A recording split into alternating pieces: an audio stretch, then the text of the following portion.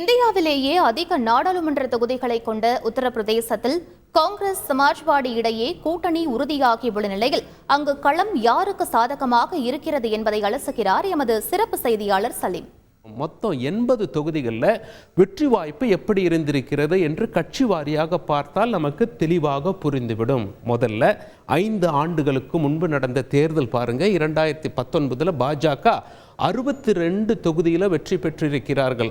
அதற்கும் முந்தைய நாடாளுமன்ற தேர்தலில் 71 தொகுதியில் உத்தரப்பிரதேசத்தில் வெற்றி பெற்றிருக்காங்க. நீங்கள் நினைக்கலாம், ஓஹோ அப்போ பாஜகவுக்கு சீட்டுகள் போன தேர்தலில் குறைந்து விட்டதா 2014 காட்டிலும் என்றால் அப்படியே லேசாக வாக்கு சதவிகிதத்தை பாருங்கள்.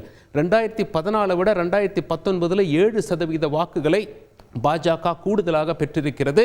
உத்தரப்பிரதேசத்தில் 50% வாக்கு வங்கியை கையில் வைத்துக்கொண்டு உறுதியோடு களத்தில் நிற்கிறது பாஜக. இப்போ மற்ற கட்சிகளுக்கு வருவோமா?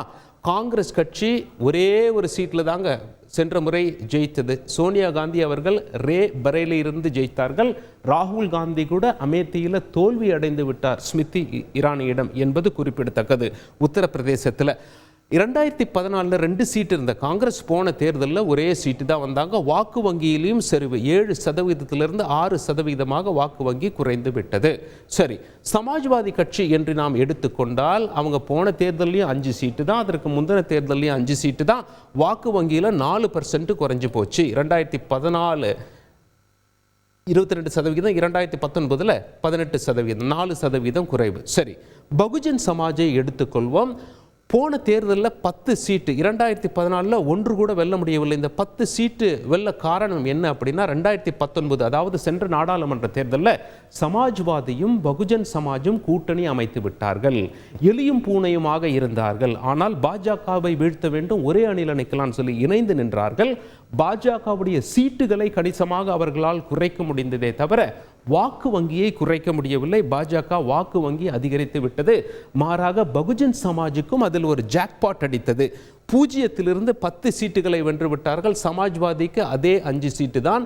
இவர்களுடைய கூட்டணி லேசாக பலனளித்தாலும் கணிசமாக பெரும்வாரியான தொகுதிகளை கைப்பற்றுவதில் அவர்களுக்கு கை கொடுக்கவில்லை. பகுஜன் சமாஜ் ஒரு மிக முக்கிய வாக்கு வங்கியை அங்கே வைத்திருக்கிறது. மாயாவதி அவர்கள் 2014 19%, 2019 19%. இவர்களுடைய வாக்கு வங்கி மாறவில்லை. மாறாக கூட்டணி யாருடன் அமைக்கிறார்கள், எந்த காலகட்டத்தில் அமைக்கிறார்கள் பொறுத்து இவர்களுடைய சீட்டு மாறுகிறது. ஒட்டுமொத்தமாக இந்த கட்சிகள்லாம் பார்க்கும் பொழுது பாஜக உத்தரப்பிரதேசத்தில் எவ்வளவு வலிமையோடு இருக்கிறது பார்த்தீர்களா? பாஜக என்ன சொல்றாங்க, நாங்கள் 71 62 குறைஞ்சிட்டோம், இந்த முறை 71 தாண்டி போயிடுவோம், அதுதான் எங்கள் டார்கெட் அப்படின்னு சொல்லி பாஜக சொல்றாங்க. கருத்து கணிப்புகளும் அதையே தான் சொல்லி இருக்கின்றன. 70க்கும் மேல் பாஜக அங்கே வெல்ல வாய்ப்பு அப்படின்னு சொல்லி சொல்றாங்க. உத்தரப்பிரதேசத்தை கைப்பற்றும் கட்சி தேசிய அளவில் நாடாளுமன்றத்தில் ஆட்சியையும் கைப்பற்றிவிடும் என்பது ஒரு நம்பிக்கை நாம காலமாக பார்த்து வருகிறோம். காரணம், அங்கே அதிக சீட்டுகள் இருக்கிறது.